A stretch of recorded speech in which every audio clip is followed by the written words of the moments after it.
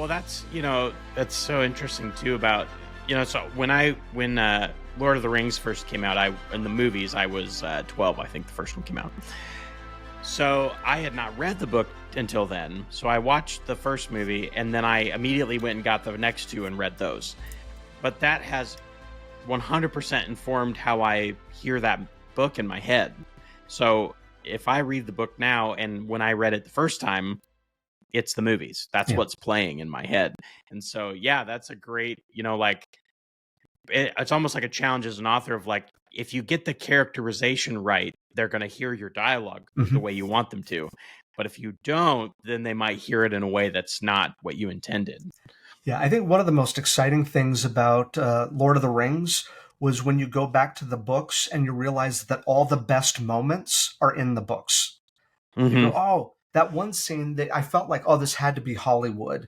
Like this felt like a Hollywood moment. And then you go back to the book and you're like, oh no, that moment is absolutely in the book, word for word. And you're like, what? This is like a prime example of where trusting the author can lead you. Yeah. We could talk about Rings of Power, but I think on the scene level, you're missing Tolkien. Like you don't have enough material there to pull from. Whereas I think, the filmmakers, they were pulling some of Tolkien's best stuff. So the moment where Sam carries Frodo up the mountain, I'm in tears, and it's just like how it is in the book. And you're like, that's a great moment. Yeah, that and I apologize to all the listeners because they've heard me say this 1,000 times, but there's a clip. It must be from I haven't watched them forever. It must be from the extended, like all the commentary stuff and behind the scenes that they put out with the extended versions, where Peter Jackson says, we didn't want to create our Lord of the Rings. We wanted to create Tolkien's Lord of the Rings. And so anything that was us, we tried to get rid of. And that to me is, I think, why it's still so successful now and why it felt so true in the moment.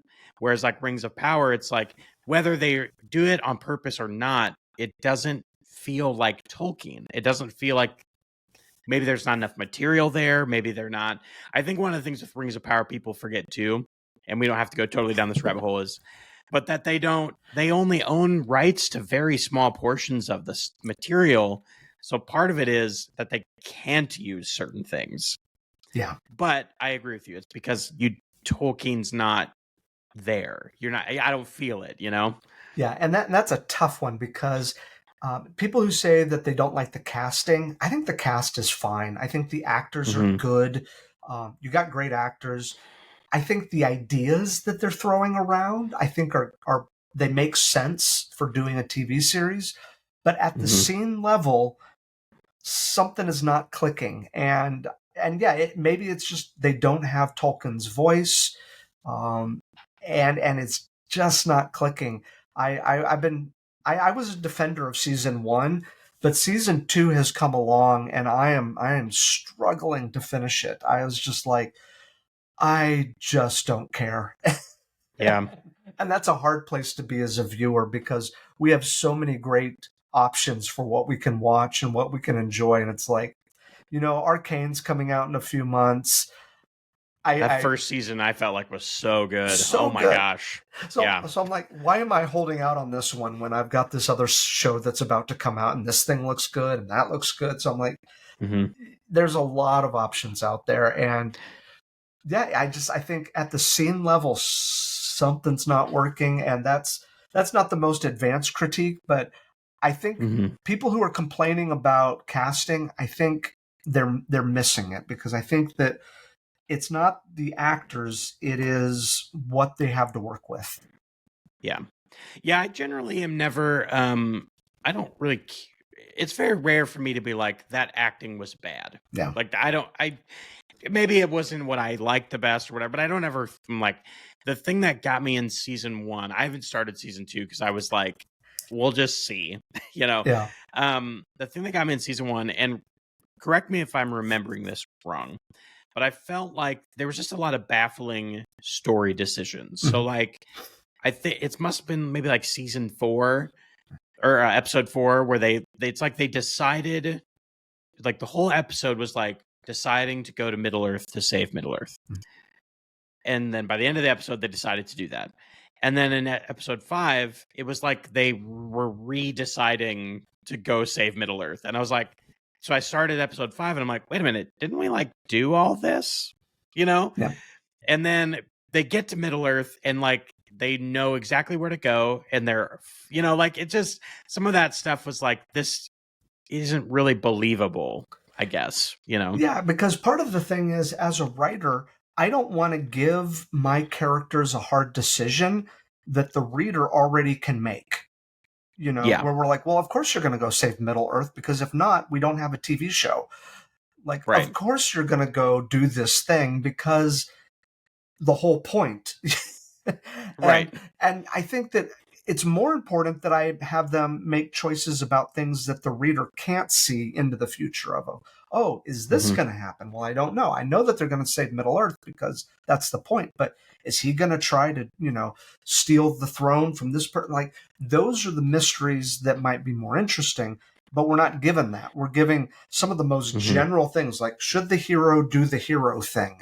And it's like, well, yeah. Yes. I think the other problem you had is you had this mystery box. J.J. Abrams is known for doing mystery boxes. And one of the mystery boxes is, who is Sauron? And, you know, and everyone's like, is that Gandalf? No, it's not. And then at the end, you're like, but maybe it is. And it's like, these little mystery boxes are not doing anything for me. You could have told me that that was Sauron at the very beginning, and it actually would have heightened the dramatic tension, because no one realizes it except the audience. That's exciting. We all know who he is, and the audience and the people on the show don't. That's interesting. But if you make it this big reveal at the end, I go, oh, okay. Yeah, it's like, well, I kind of already felt like I knew that, you know, like, yeah. And same with the Gandalf thing. I'm like, you could have told me that at the beginning, and it would not have detracted at all from the story. I still would have enjoyed the story the same amount. Yeah. Well, it's kind of the same, you know, I think, you know, there's a part where, like, and sorry if this is a spoiler, so spoiler alert, maybe, but where like a seal door, maybe sort of like, you don't know if he's alive or not. Yeah. And when you do that, it's like, well, we know he's going to live. And it's like, Marvel has had this problem a lot, where it's like, well, we know Thor's not going to lose. Yeah. Like, of course, Thor's, you know, Iron Man's not going to die until, of course, Endgame. But I think that's why, like, George Martin was so successful, is because he really, and like Game of Thrones actually isn't really my cup of tea, just not. But the fact that you really don't know, I mean, he'll just get rid of a character that you thought was a big deal. I think that's part of why he was so successful. Oh, absolutely. Because then you have meaningful consequences for actions. I know that no matter how much a certain character messes up, I know they have to stick around because we know that they are important later in the story, or because for other reasons they have this plot armor. But in Game of Thrones, if someone makes a bad decision, they could be dead the next episode. Like, yeah. We know that there are consequences for these actions, and that, I think, really heightens the suspense of it. That was one thing. I really am enjoying House of the Dragon, but I don't think we had any of those sort of moments in the second season where we were worried for the lives of these characters. I was kind of like, none of these characters are going to go because we kind of need them all. And I don't like killing off characters for just simple shock value, but I do believe in consequences for dumb actions. Someone does something stupid and they die. That's entertaining. I'm like, yep, that should have happened. Yeah. Well, so then kind of applying this to your stories and your series that you're writing, how are you kind of working through those things? Like, are there characters where it's like, you're trying to fight against the plot armor thing, or, you know, like, so Harry Potter is like, well, we know Harry Potter's going to make it all 7 books, you know? So how are you kind of working with that within your own stories? Yeah, I think that particularly with the larger book, it's a little bit harder because any character that I get rid of, I have lost them now, and I lose whatever they brought to the story. And so Mm-hmm. that is something you have to kind of figure out. But the other thing is I realize with some of these characters, there are things that are worse than death. There is, will she, win back the love and trust of her children? Will she be able to work on this relationship that has been broken? Will she be able to fulfill the thing that she promised she would do? And none of these are life and death situations, but the audience is still rooting for her because we want these things to come through, and she's successful with some things, not with others. So I think that I don't know. I would say that in my book, the first book, The Dryads Crown, I would say there's probably only maybe one shocking death in the whole book. And that might be spoiler enough. But there is one death at the beginning, but it's the inciting incident. Like, that is not something that should surprise anyone because it's the thing that kind of catapults everything forward. But there is a hero that is lost about 1/3 of the way in. But even that one, I feel like it fit for the moment. So I guess I do not have the bloodlust that George R.R. Martin has. Um, but Yeah. maybe in the second book, I'll find the courage to do what he does with his characters. But part of it is I just realized that if I lose a character, I can't bring them back, and that's if I need them, then I need them. But the other thing is I've got to make sure that they're making decisions that don't make their survival questionable. Mm-hmm. Yeah. That's I really like. I'm kind of like the same where I don't feel the need to, like, all the characters don't have to die all the time. Yeah. Like, I think that's, but I find it way more interesting if you can weave them a long tail so that you can get invested in the character, but you don't really know where their story's going to go. So, like, like I said about Harry Potter, it's like, well, he's going to be the hero. Yeah. And and that's fine. But it's like, I have a couple of characters that I'm working. My series as I've currently planned it, is turning out to be a little longer. And so some characters are going to survive the whole story, but sometimes they're good and sometimes they might be bad. And then they have a twist. And then, like, I like that longer character journey. So there's those times where you root for them and you're like, yeah, awesome. And then there's other times where you're like, uh-oh, what did you do? So, and can they come back from those things, good or bad? Yeah, and actually, I think that this is another place to bring up Tolkien. I mean, the body count of your main characters in Lord of the Rings is very low. But here's the thing: is when the hobbits return to the Shire, they've changed. They are not the same people that left the Shire, and that part of them is dead. Like, in that way, the body count is actually very high because these characters are so changed by the war that now when they return, it's just like, we saved the Shire, but not for ourselves. Like, it's different. It's not the same.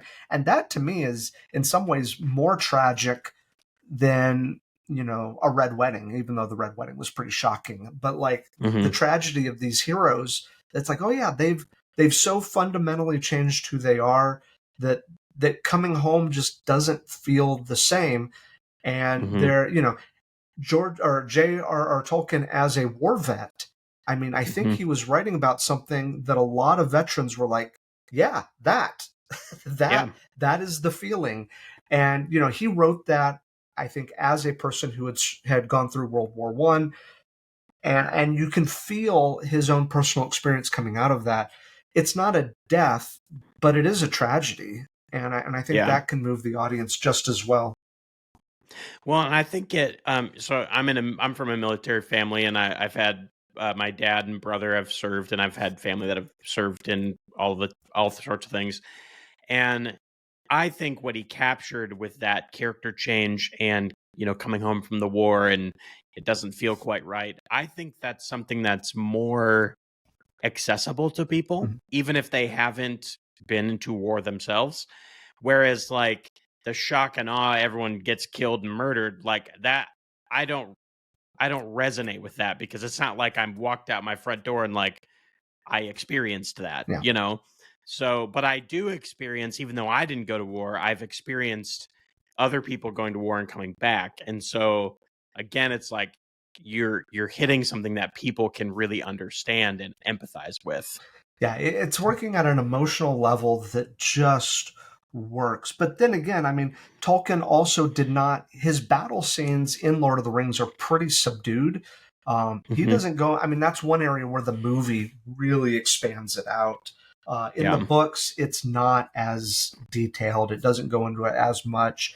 But I think part of that was because it just didn't interest Tolkien as an author. He was like, yeah, it's a battle, they fight it, and it's over. Um, Hmm. and maybe part of that is because one thing that I wanted to write about in my own book is the idea, and I write about it some in War of the Hounds, is this idea that the battle can be such a blur that afterward you don't remember what happened in it. And you're Yeah. just sitting there going, I'm not quite sure what all happened, but I know that I survived it. And so we go Right. through this battle, and then afterwards we have soldiers who are just sitting there, not quite sure even how to talk about the experience because it was such a blur. And I think Tolkien might be pulling from that idea of the blur and the haze of those Yeah. situations where anyone who can write about it in detail was probably not in it because Yeah. they were seeing it in a different point of view. And a good writer writing those battle sequences is going to have the on the front lines feeling, but also the overhead strategy where you can see everything. That was the great thing about the movies is you could see a Hmm. strategy playing out, but you also went into the actual individual battles in a way that was really satisfying. Um, Yeah. and that was a lot of fun. But I do think that yeah, in the book he doesn't go into it as much. There's some authors like Joe Abercrombie, John Gwynne, who are very good at writing battle scenes and sequences, and I think they do that in a way because they understand both the personal, but then also the sort of strategic high level of it. Yeah. Well, yeah, and I would say even like in Tolkien's experience, the world wars were very much bigger than what we experience now. Every like our current military things are a lot more precise, smaller groups of people, that kind of thing. Where those world wars, like that fog of war thing, is like, I mean, there's like thousands of people here, and you don't know what's going. So yeah, I would agree with you that I bet you he